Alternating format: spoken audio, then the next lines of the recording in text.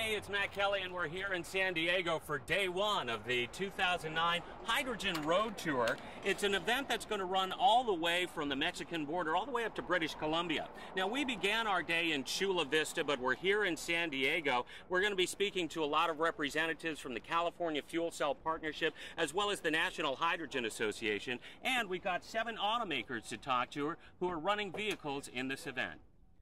So one of the organizations that are instrumental in bringing about this 2009 Hydrogen Road Tour is the National Hydrogen Association. And I'm joined today by Patrick Surface. He's Vice President of the NHA. Patrick, a great day here today for the event. It's wonderful. We've got great weather, great vehicles, good time to showcase clean vehicle technology. Patrick, we're standing in front of some absolutely gorgeous vehicles, and it's important to note that these are full-size vehicles for families of any size. They're not just two-seater vehicles, isn't that correct? They aren't. These are full-size vehicles. We have SUVs, we have sedans, and today's hydrogen vehicles can carry a family and your groceries and your vacation, their vacation things, your suitcases, whatever you need. I think it's important to recognize that today's hydrogen vehicles really can drive the long miles. They get 300, even 400 miles on one tank full. They'll carry your family where they need to go. And that's important for today's hydrogen vehicles, to be able to actually perform in real-world conditions. And Patrick, it's really important to note that these vehicles are really helping this country get towards energy independence through its reduce of petroleum. Isn't that correct? It's true. In fact, the National Hydrogen Association just released its Energy Evolution Report, which shows over the next 100 years that if you had a vehicle industry that was dominated by hydrogen vehicles, but included some other technologies as well, you could virtually eliminate all urban air pollution, and you could actually reach petroleum independence. You could meet all of our oil needs with our domestic resources by mid-century. So that's an incredible thing that we could do today with hydrogen vehicles.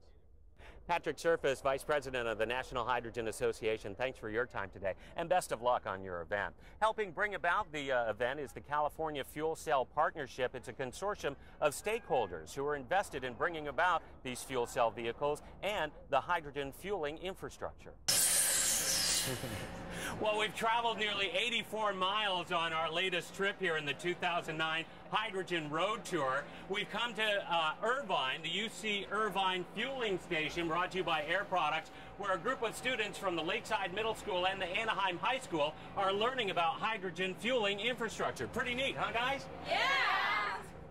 Well, one of the organizations that are helping make the 2009 Hydrogen Road Tour a reality is the California Fuel Cell Partnership. And I'm joined today by Chris White. She's Communications Director for the CAFCP. Chris, congratulations on an event. It must have taken quite an undertaking to actually bring together all these entities to make the event come off seamlessly. Well, we hope seamlessly. The whole thing comes together in about 4 months. So it's really not much planning when you consider the number of different organizations involved, each with their own needs. And of course, the local organizers, where we have to find a place to land and get them involved as well. 4 months is a pretty quick turnaround for something like this. Well, Chris, you're building on the success of last year's event where you traveled east to west in the northern half of the country. This year you're going from south to north, pretty much throughout the whole state of California. Talk about this year's route and how important it is, particularly each stop along the way, like this one here in Irvine. This year we are really emphasizing the early commercial communities, the places that expect to have fuel cell vehicles, fuel cell transit buses, forklifts, stationary applications into the market, sometimes before the rest of the country. Many of our stops are designed around those early market communities, and in addition, stopping at places where they have terrific clean air programs. Talk about your mission and the challenge that you face today. The California Fuel Cell Partnership is a very unique organization, a one of a kind in the world. We have 30 members. It's actually a collaborative. Everybody agrees to everything. And our mission is to look at the barriers to commercialization, what we need to do together to be able to sell these vehicles and fuel one day. We're very close to market. Some of the automakers are saying less than 5 years away from early commercial markets. And we already have 6 public access hydrogen stations in the state. The decision to back off of the hydrogen program a while or defer it is surprising to us. We're very close to market, and we just need a little more time. It doesn't take any miracles to bring these cars to market.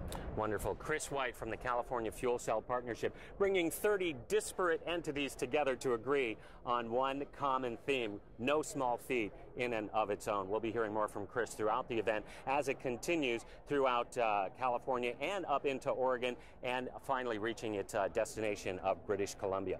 Now, one of the vehicle manufacturers that are participating in the 2009 Hydrogen Road Tour is General Motors with their Equinox fuel cell vehicle. And I'm joined today by Shad Balch. He's Environment and Energy Communication Specialist with General Motors. Thank you, Matt. It's good to be here. We're standing in front of the Chevy Equinox fuel cell vehicle. This is GM's 4th generation of fuel cell technology. And really what we're doing out here today is to help demonstrate to the public that these vehicles are here and they're ready to be sold. So we have 2 of these vehicles that are going to travel from San Diego up all the way to Vancouver, and hopefully we'll get a lot of attention along the way.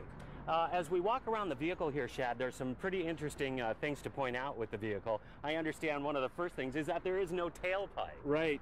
If you take a look down here, normally you would see an exhaust pipe with a tailpipe sticking out. This vehicle, the beauty thing about this vehicle is that it is a true zero emissions vehicle, which means that the only thing that this car emits is water vapor. It is completely clean. There's not a drop of oil on it. When we talk about this vehicle, besides this tailpipe being omitted, if you will, what else is different on this vehicle compared to an everyday fuel cell Equinox that a consumer might find at a regular GM dealership? Well, the vehicle, aside from the decals on it that identify it as a fuel cell vehicle, the vehicle otherwise looks exactly the same as the production version. It also drives exactly the same, and that's key because the propulsion system underneath is completely different. But what's really important for us to be able to sell this in high volume is to make sure that the driver understands that this is not a new vehicle, that it basically handles and operates the same way as a traditional vehicle. I want to show you right here, this is the fuel filler door. It's in the same location, but instead of a regular gasoline nozzle, it has a hydrogen quick connect. Shad Balch from General Motors. You can learn more about GM's commitment to fuel cell technology through their Project Driveway program, and that's available at gm.com. We'll find out more from some other automobile manufacturers that are here today, including Honda with their FCX Clarity.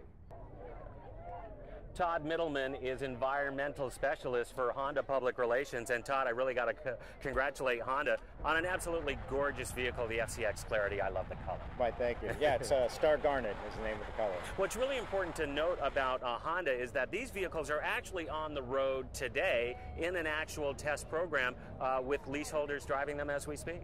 Correct. We began production a year ago and started leasing the cars out 1 year ago.